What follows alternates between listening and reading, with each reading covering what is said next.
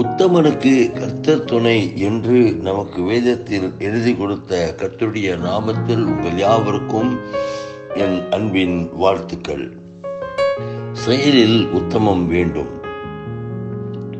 ஆசியாவில் உள்ள ஆயிரக்கணக்கான மக்களுக்கு ஆவிக்குரிய தகப்பனாகவும் விசுவாசிகளின் மாதிரியாகவும் விளங்கியவர் பக்த் சிங். பஞ்சாபின் சீக்கிய குடும்பத்தில் பிறந்த இவர் இங்கிலாந்து சென்று பொறியாளர் படிப்பை முடித்தார். 1929 ஆண்டு உலக பிரகாரமான வாழ்வில் உன்னத நிலையை அடைந்தார். கிறிஸ்து உள்ளத்தில் வரவே புது சிருஷ்டியானார். சீக்கிய மத பெற்றோர் அவரை பம்பாயில் விட்டுவிட்டு தங்கள் நாட்டிற்கு போய் சேர்ந்து விட்டனர்.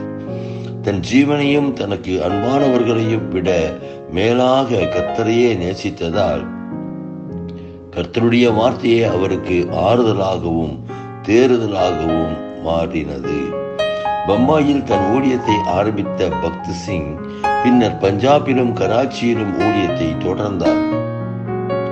குறுகிய காலத்திற்குள் தேவன் அவரை உயர்த்தினார்.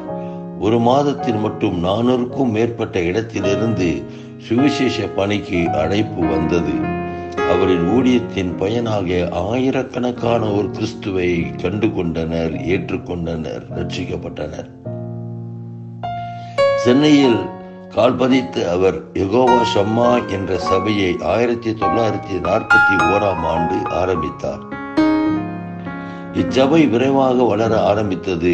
இந்தியாவின் பல பாகங்களிலும், பாகிஸ்தான், இலங்கை, ஆஸ்திரேலியா மற்றும் பல நாடுகளிலும் ஆயிரக்கணக்கான சபைகள் உருவாகின. ஆண்டவர் சகோதரரை அற்புதமாக பயன்படுத்தினார். வேத வாசிப்பும் ஜெபமும் ஆழ்ந்த விசுவாசமும் இவரது வெற்றிக்கு காரணங்களாயின.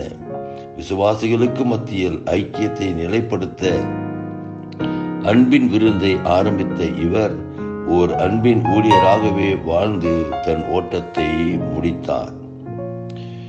கிறிஸ்து எனக்கு ஜீவனாய் இருக்கையில் அவர் இல்லாமல் நான் எப்படி ஜீவிக்க முடியும் என்று பக்த் சிங் தன் வார்த்தையை கூறியிருக்கிறார்.